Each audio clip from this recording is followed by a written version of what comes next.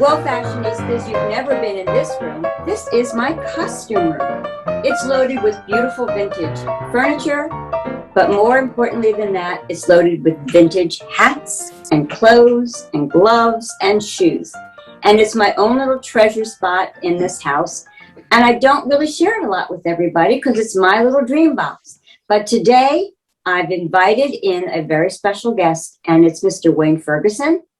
And if you don't know, Wayne is the inspirational source for the resurgence of the Morris Essex Kennel Club, basically defunct for many years until Wayne had the inspiration to bring a sort of brigadoon back to New Jersey. And it was the Morris Essex Kennel Club, which was really begun by Geraldine Dodge. And I'll let Wayne, who happens to be not only the president and the show chairman for the show, but he's a neighbor. Wayne lives in the wilds of Western New Jersey, not very far from me, actually just up the road. So we're most blessed to have Wayne in the wonderful closet of vintage furniture and wonders in the world. So Wayne, I think people would like to know how this all began. Well, first of all, Elaine, thanks so much for having me on as your guest. I really appreciate that and the opportunity to let everyone know about Morris and Essex. Well, there's a whole world of people out there that probably didn't even know it existed till this particular show. And some people weren't even born that are going to be at the show. That is very true, and some of us have aged.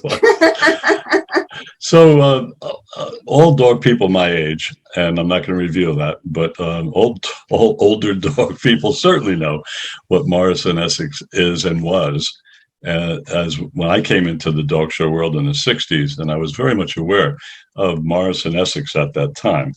Although the last show was in 1957, Geraldine Rockefeller Dodge, who was the youngest daughter of John D. Rockefeller, she lived in Chatham, New Jersey, in Morris County, on a beautiful, huge estate with a polo field. Actually, the polo field was the first dog shows in 1927. That's where they actually occurred. So she had this inspiration because she was a dog show person, and she had been showing around the East Coast for about 7 or 8 years prior to her starting Morris and Essex.